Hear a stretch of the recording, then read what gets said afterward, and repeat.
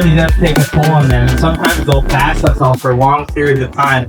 For very large examples of reptiles, we're talking giant snakes, giant crocodiles, and alligators. They can fast themselves for upwards of a year without losing any weight whatsoever. So it's completely normal. If we have 70 gators in here and only 2 of them are jumping for chicken, they don't all have to constantly eat. They can go long periods of time without food, and there's examples of that in the wild all the time. In Africa, where you've got those giant Nile crocodiles, they will wait until the wildebeest migration, catch an entire wildebeest, drown it and eat the whole thing, and they won't eat again until 1 year to that date where the wildebeest are crossing the same spot in that same river. So they know a big healthy meal is coming to them. They're just going to relax for the rest of the year. Now, again, only large examples of gators, crocodiles, and snakes can pull this off. You know, the smaller animals, they still need a little bit of fuel throughout the year to make it through.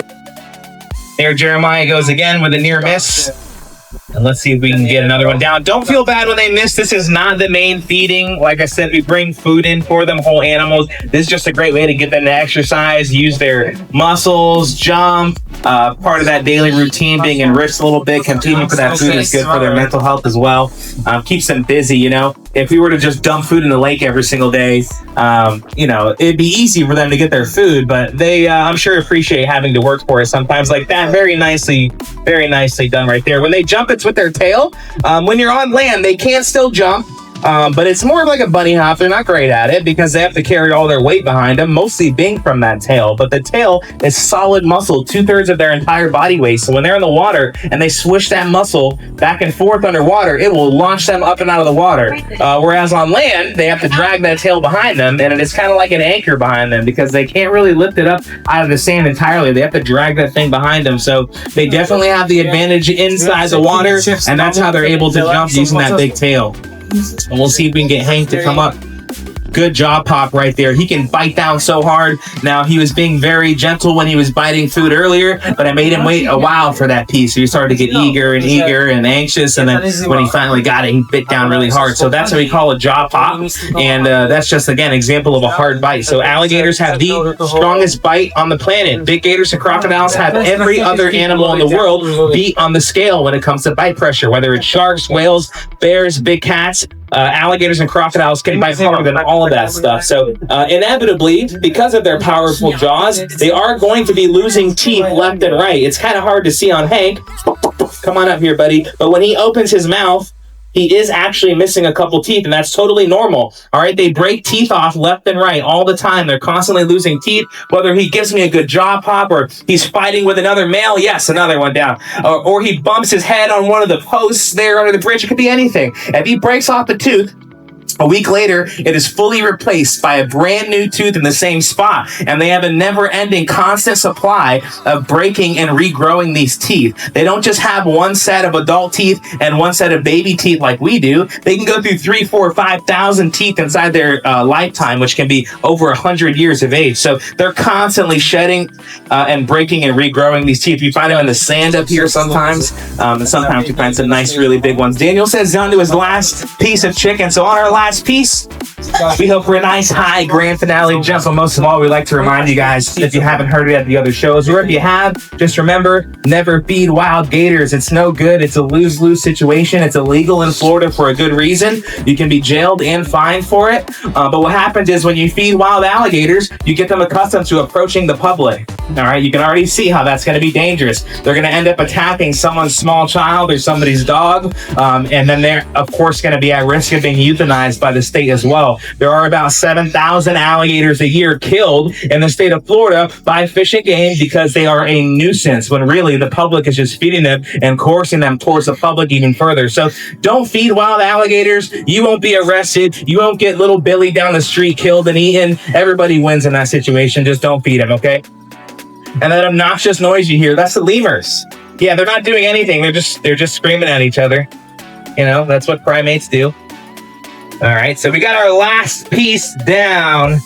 going over the water there. Let's see if we can get them down here soon. And instead of all hanging out in the water, they're going to transition to all hanging out on land, to where they want to just soak their as much sun in as they can throughout the day to warm their bodies up, to meet that adequate body temperature. Keeps them nice and comfortable, gives them energy, gives them their metabolism back up and all that. So they just want to warm their bodies up. After these next few weeks, food will no longer be an interest to them. So you guys came right at the tail end of a bit of activity here. We're able to see some stuff go down here at the feeding show, where in comparison soon it's going to be dead out here. Little queso, that crocodile right there, it's hard to see from where you guys are sitting at, but she's lurking, waiting for me to go back down the bank there. She's very sneaky. She tries to chase me sometimes. Oh, so close right there. So when they jump, they're pretty much jumping blind. Their eyes point to the sides. They're positioned on top of the head to the left and right. So right in front of them is a blind spot they cannot see right here in front of them. So when they jump for the chicken, they really can't see it. They rely on their sense of smell heavily in order to locate that mid-air and make adjustments while they're jumping. So you'll see a lot of failed attempts out there, but that's totally normal. And the wild, they will fail attempts all the time. Yes, very nice. She's down at their last piece. Give it up for all the gators and crocodiles and the lake here. They are the stars of Wild Florida. And you guys did a great job in the audience. It was great to meet you. I hope you enjoyed. I hope you learned something. And while I have your attention still, that big alligator down that way, Crusher, his show is scheduled at 3:45. Okay, the signs on the glass state, when he is in the water, we are in the water. If he's in the water, I do a cannonball in there. I swim with him. I train him. He puts his head right up on our lap, and we do a training session.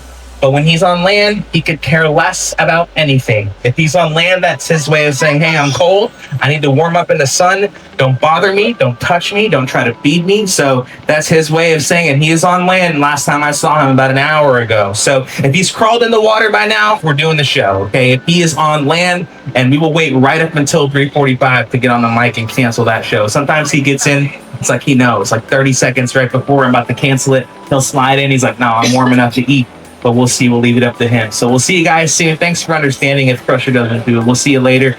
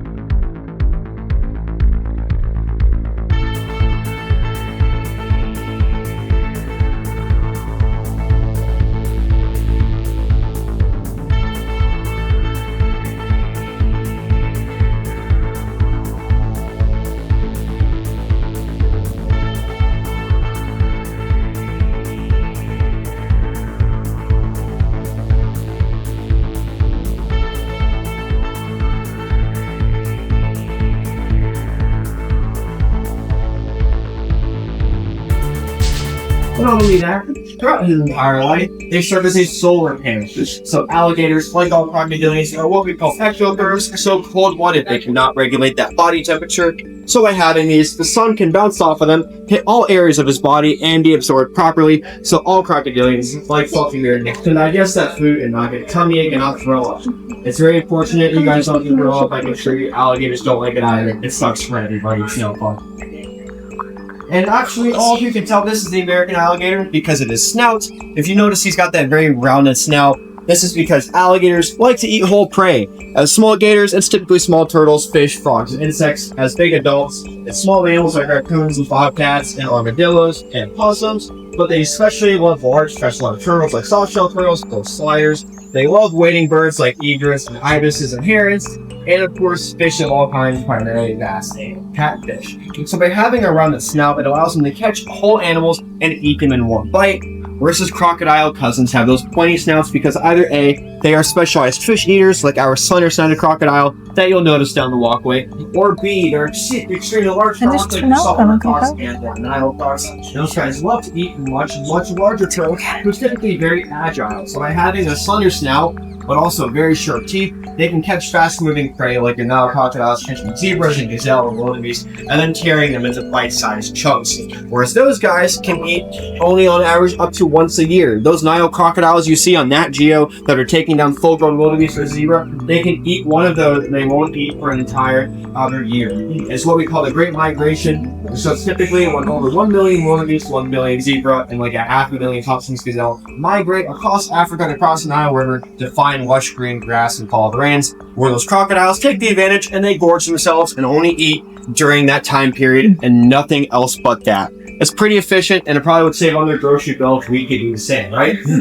But that brings us to almost the end of our show. Out of everything I've rambled about, all I ask is that you guys never ever feed wild crocodilians. It is never good to do so. If you do so and you feed an alligator here in the state of Florida, you will go to jail for a year. You'll pay $1,000 in fines. And if the alligator is any bigger than Fluffy, he has to be euthanized by the state of Florida. Because once an alligator is fed by anybody, he realizes and thinks anybody will give me food. So all of you guys are probably pretty intelligent, right? You're not gonna, go feed your local alligator, but maybe your local neighborhood idiot down the street does. He feeds the alligator that lives in the lake behind your house, and that alligator thinks everybody's gonna feed me. Not just the local idiot, but you right there. He's gonna think that you feed him.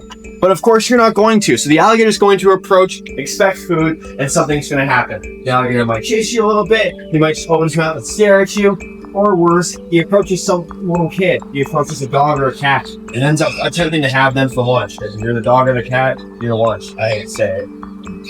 But that is why it's so important not to feed them, because if you do so, you're contributing to part of the 8,000 American alligators that are euthanized by the state every year. And it is so many because there's only so many places that can take in American alligators. We here are taking in over 200 from the wild that were fed by somebody. It is only one trapper per county, and those trappers are not paid by the state. They're paid when they kill the animals and then sell it to meat, leather, and hide, or somebody like us is able to purchase them. But on that note, guys, thanks for coming to the show. I hope you enjoyed it. I hope you learned a little bit. Please remember never to feed wild alligators. And if you want to ever feed them, you can buy a bag of alligator food for $5 from Jim right there. You can feed any gator that's in the main pond. And of course, if you want to hang out with Fluffy, because Fluffy wants to hang out with everybody that he sees today, you can go right over there with Demi and Jim, take your photo with him, pet him, ask any questions, and fun stuff like that. I hope you had some fun, guys. Hope you learned a little bit. Thank you, and enjoy the rest of your afternoon, and be safe.